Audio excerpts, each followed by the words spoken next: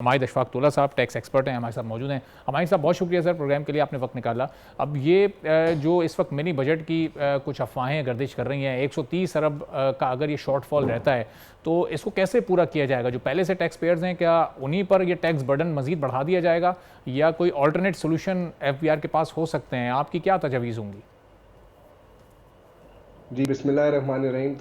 Thank you very much. देखें, जो खबरें आ रही हैं और ये आज से नहीं आ रही हैं, ये जब बजट अनाउंस हुआ था तब से ही ये अखबारों में आना शुरू हो गई थी कि जी टैक्स रेवेन्यू शॉर्टफॉल हो सकता है। और मिनी बजट उस वक्त भी आया था कि शायद अग्री हो चुका है। उस वक्त तो ये आ रहा था कि जी जीएसटी का जो फेडरल रेट है वो 1% से बढ़ा दिया जाएगा और जो इनकम टैक्स की सेक्शन 153 में विद होल्डिंग है वो 1% से बढ़ा दी जाएगी, जो भी शॉर्टफॉल है उसको रिकवर करने के लिए। मेरे ख्याल से अगर कोई भी विदहोल्डिंग टैक्स, स्पेशली खसूसन जो आप अगर फेडरल सेल्स टैक्स का रेट बढ़ाएंगे तो उससे इन्फ्लेशन पे, जो कि अभी कम होना शुरू हुई है, उस पर वो डायरेक्टली इम्पैक्ट करेगा। अब सेकेंडली, अगर आप सर्विस प्रोवाइडर्स हो गए, बाकी जो सेक्शन 153 में गुड्स बेचते हैं, अगर उन पे आप विदहोल्डिंग रेट बढ़ा देंगे तो उस पर जो उनका परचेजिंग पावर है वो कम हो जाएगा। तो ये डेट्रीमेंटल होंगे इकोनॉमी के लिए। रेवेन्यू तो चले ठीक है, आप अपना शॉर्टफॉल कवर कर लेंगे, लेकिन बिजनेसेस को जो फायदा पहुंचना शुरू होगा अभी इन्फ्लेशन के कम होने से, मैं होगा इसलिए बोल रहा हूँ क्योंकि अभी तक इंटरेस्ट रेट हमारा उस हिसाब से कम नहीं हुआ है जिस हिसाब से होना चाहिए था। तो वो जो इम्पैक्ट आना चाहिए हो है इन्फ्लेशन कम होने से, शायद वो नेगेटिवली इम्पैक्ट हो जाएगा बिजनेसेस पे अगर कोई भी जो है मिनी बजट आया जिसने इन इनडायरेक्ट टैक्सेस और विदहोल्डिंग टैक्सेस की मद में कोई भी इंक्रीज लाए। तो ठीक है, तो अब फिर हमारे साहब अगर ये मिनी बजट अगर आना इतना ही ज़रूरी है और ये शॉर्टफॉल को कवर करना इतना ज़रूरी है, तो फिर इसके ऑल्टरनेट सोल्यूशन क्या हो सकते हैं? चूँकि अगर ये विद होल्डिंग टैक्स को ना बढ़ाया जाए या बर्डन ना किया जाए पहले से टैक्स पेयर्स को, तो फिर कहीं ना कहीं से तो इस शॉर्टफॉल को पूरा करना होगा। क्या रिफॉर्म्स को तेज़ करना पड़ेगा, अपने नेट को बढ़ाना पड़ेगा? ऑप्शंस क्या है FBR के पास? सर, आपने बिल्कुल जो है ना दुरुस्त फरमाया, रिफॉर्म्स तो करने पड़ेंगे।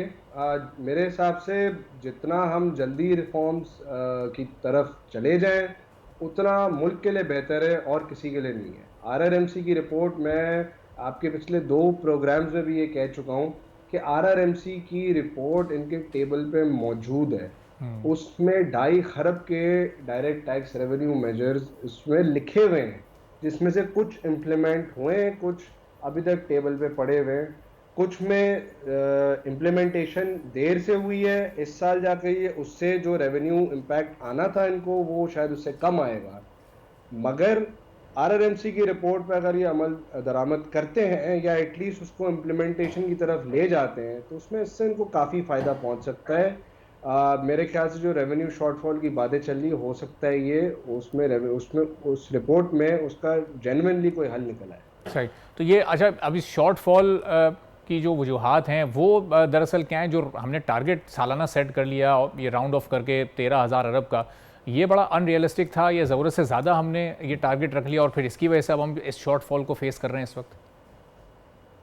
सर, बिल्कुल अनरियलिस्टिक टारगेट था। मैं तो शुरू से यही कहता आ रहा हूँ हर जगह कि ये अनरियलिस्टिक टारगेट था, ये हो ही नहीं सकता था। कम से कम 400 से 500 अरब रुपए का उस वक्त एक टैक्स गैप दिख रहा था मुझे भी, जो कि मीडिया के थ्रू पता चल रहा था कि जी FBR बोल रहे हैं एडमिनिस्ट्रेटिव मेजर्स की मद में हम रिकवर कर लेंगे। लेकिन अगर आप देखें अभी तो मार्केट में यही आवाज़ है कि टैक्स पेयर के रिफंड रोके जा रहे हैं, रिफंड ब्लॉक कर दिए। अगर यही एडमिनिस्ट्रेटिव मेजर्स थे तो मेरे ख्याल से शायद ये प्लानिंग सही से नहीं करी गई थी। क्योंकि इस वक्त अगर इंटरेस्ट रेट इतना हाई है, अभी भी मैं कहता हूँ काफ़ी हाई है, इतना ऊपर नहीं होना चाहिए। कम से कम अगर ये इस वक्त 17.5% है तो कम से कम इसको 12.5% के करीब होना चाहिए और अभी हम कर सकते हैं। सही। अगर इंटरेस्ट रेट इतना ऊपर है और रिफंड्स ब्लॉक करके आप रेवेन्यू को इन्फ्लेट कर रहे हैं तो मेरा नहीं ख्याल कि ये कोई जो है सही प्रैक्टिस है। इसको दुरुस्त होना चाहिए। रिफंड्स जो टैक्स पेयर के हैं वो रिलीज होने चाहिए ताकि एक ट्रू पिक्चर तो पता चले कि हम किस तरफ खड़े हैं। इस सही। वक्त तो रिफंड ना अपील इफेक्ट जो है टाइम से दिया जा रहा है, ना रिफंड्स टाइम पे इशू हो रहे हैं। अभी 2 महीने से जो रिफंड लेने जा रहे हैं अब जाके रिफंड जोन के जो कमिश्नर्स हैं वो नोटिफाई हुए हैं। जब कमिश्नर्स नोटिफाई हुए तो यूनिट ऑफिसर्स नोटिफाई नहीं हुए थे। तो इतनी रेड टेपिज्म की वजह से, इतने ब्यूरोक्रेटिक प्रोसेस की वजह से रिफंड्स जो हैं वो डिले हुए। तो एडमिनिस्ट्रेटिव मेजर्स के थ्रू इतना बड़ा टैक्स गैप फुलफिल करना, it was a very ambitious target जो मुझे अचीव होता हुआ नहीं दिख रहा है। सही। तो लाजमी सी बात है, कोई मिनी बजट आना ही था और मेरी तो दुआ है कि मिनी बजट की सर हमें ज़रूरत ना पड़े, क्योंकि मिनी बजट अल्लाह करे वो दिन भी हम देखें कि पाकिस्तान साल में 2 दफ़ा अपवर्ड रेवेन्यू टारगेट रिवाइज करे रादर देन मिनी बजट लाए। अगर हम 2 फॉर्म ऑफ टैक्सेशन पे जाते हैं इस इकोनॉमी में, जो कि अगर हम रिटेलर्स ट्रेडर्स को टैक्स करें, एग्रीकल्चर को टैक्स करें, जो कि मैं अब सुनने में आ रहा है कि 1 जनवरी से शायद टैक्सेशन रजीम में लाया जा रहा है एग्रीकल्चर वालों को, लेकिन उसमें भी हमें बड़ा देखभाल के चलना होगा। क्योंकि देखें, टैक्सेशन का हरगिज़ ये मतलब नहीं होता कि जी आप अगर एक सेक्टर इनकम टैक्स के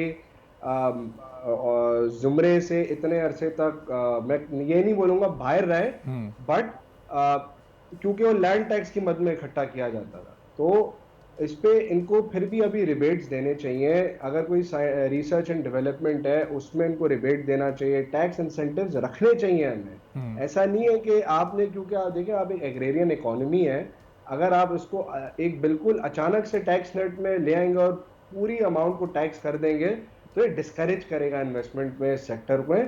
तो इसको स्टेप वाइज इम्प्लीमेंट करें।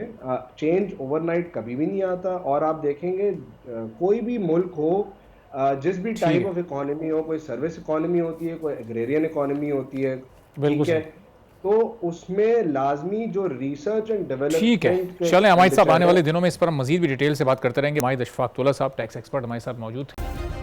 सब्सक्राइब करें और बेल दबाएं ताकि कोई खबर रह न जाए।